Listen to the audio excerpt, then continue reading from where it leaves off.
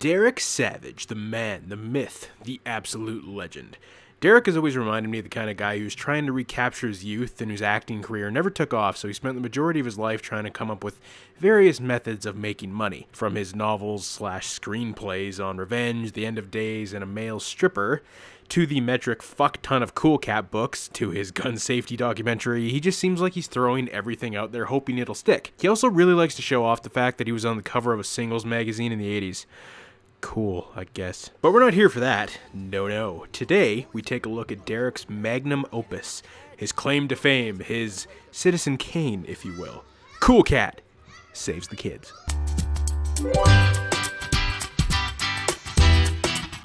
Well, that's not a good start. So, we're introduced to Cool Cat, probably one of the most unintentionally terrifying things I've ever seen in my goddamn life, as he builds signs to help in his running of school president. Don't worry, that plot point never comes up.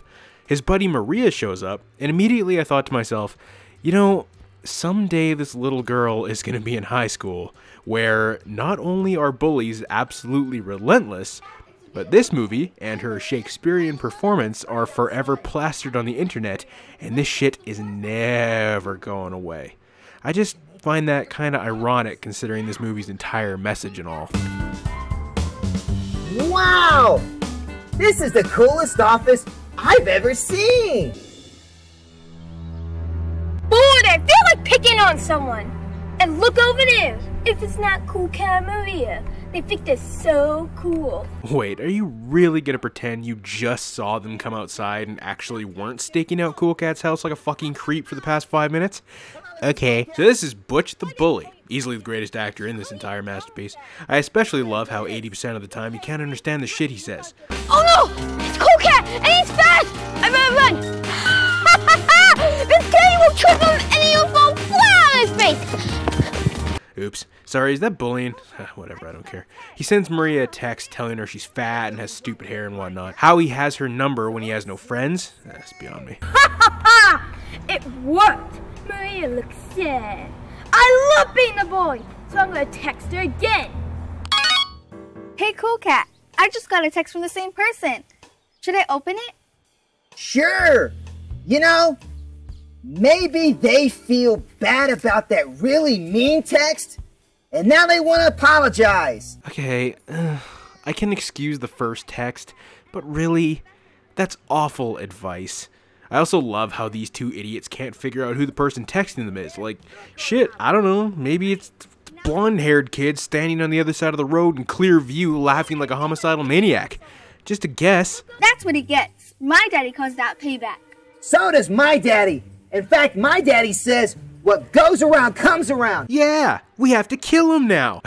I love the guy that comes out and sees Cool Cat and then just backs away slowly out of frame. It's like, ah, fuck, Daddy Derek's doing his furry shit again. You see, I think every kid has something special inside of them. They just have to discover what it is. I'm pretty sure John Wayne Gacy said the same thing before he buried them under his house. Too dark? Eh. So here we're introduced to Mama Cat and, literally, Daddy Derek. It took me a moment to process while I was watching it, but then I just kind of put two and two together. There's no Dad Cat in the house, so the only reasonable conclusion is that Daddy Derek nailed the fuck out of Mama Cat. And if you don't think Derek Savage has a furry fetish, need I remind you that Cool Cat was based on an imaginary friend that he actually had in his youth. Not to mention he makes it very clear here. Did you have a chance to call Vivica to let her know we'd be late for the cookout? Yes. Vivica said any time is great for the kids, and I'll be ready in a couple minutes. Hey, I bet you will, you fine-looking kitty cat, you. You fine-looking kitty cat, you. Wow, look at this cool webpage. Ooh, look at that one. Look at me, I'm surfing the web.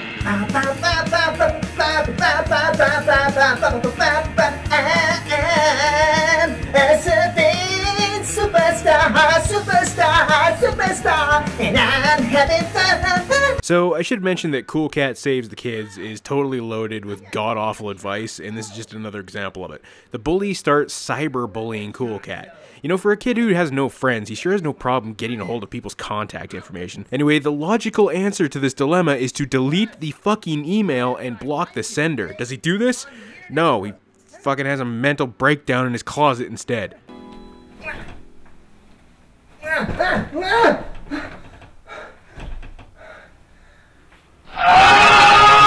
There's a scene where Cool Cat and Derek Savage come up with a brilliant song to sing in an upcoming Christmas parade.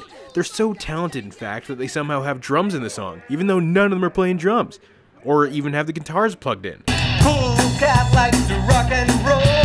Cool Cat likes to love and sing. Cool Cat likes to boogie boogie boo. Cool Cat likes to love you.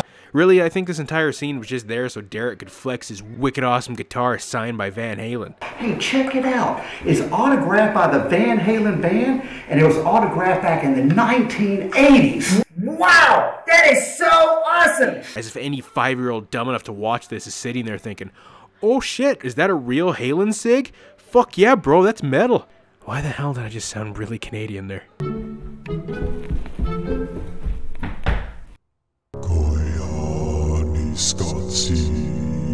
Oh, God bless Derek's little heart. He included a green screen in his movie. Have you never seen the internet before, Derek? Come on. But how do I turn it on? Which button is it? Well, maybe it's this one. Wow! Now, this is where the movie takes a giant shit on itself, which is really saying something considering what we've already been through so far. Daddy Derek and Cool Cat go to a Christmas parade and just fucking ride in the parade for like 10 minutes straight while we get waterboarded with that goddamned song we just heard like 5 minutes ago. Cool Cat likes to rock and roll. Cool Cat likes to love and sing.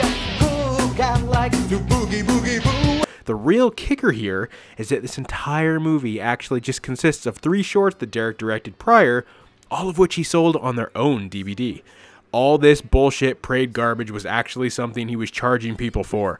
Fantastic. Oh yeah, so Vivica A. Fox and Eric Estrada are in this movie. I mean, Eric, yeah, maybe I could understand that. He just seems drunk as fuck the whole time, and I mean, what the hell's he been in since Chips? But Vivica, you were in a Quentin Tarantino movie for God's sake. What the hell are you doing here? You ever hear people ask that question? If you could see anything after you died, what would it be? Well, I'd love to see what kind of shit Daddy Derek had on these two that he was able to force them to be in this thing. Butch shows up again and wrecks their sandcastle. Cool Cat's like 10 feet taller than that little shit. Just grab the fucker and hold his face in the sand till his legs stop kicking. That's all you gotta do. That's terrific. And remember, always tell your teacher if someone at school bullies you. And don't ever be afraid to go to a trusted adult and tell them. Once again, with the terrible advice. You want to know what really happens if you're getting bullied and you run off to tell your parents or your teacher, and that same bully finds out you snitched on them? They come back and kick the shit out of you harder.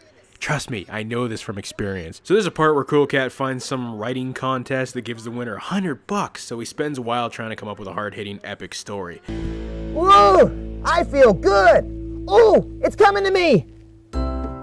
Finally, he comes up with one, and oh, it's just Papa Savage hawking his merch again. I mean, you couldn't move the finger just a little bit more to make it less obvious? Pen and paper!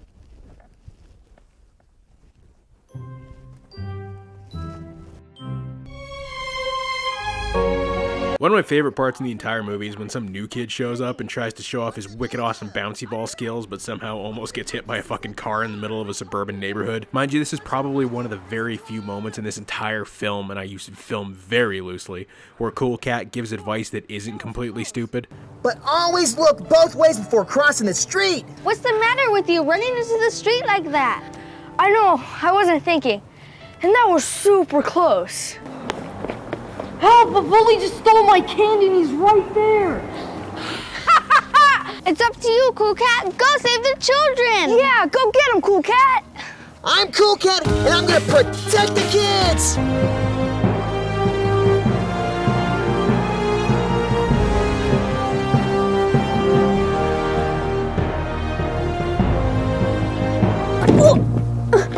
Oh no, the cops! Sure doesn't look like you looked both ways there, boy. There's a part where they find a gun in Cool Cat's backyard for some reason, which makes me wonder what the hell kind of psycho Daddy Derek really is.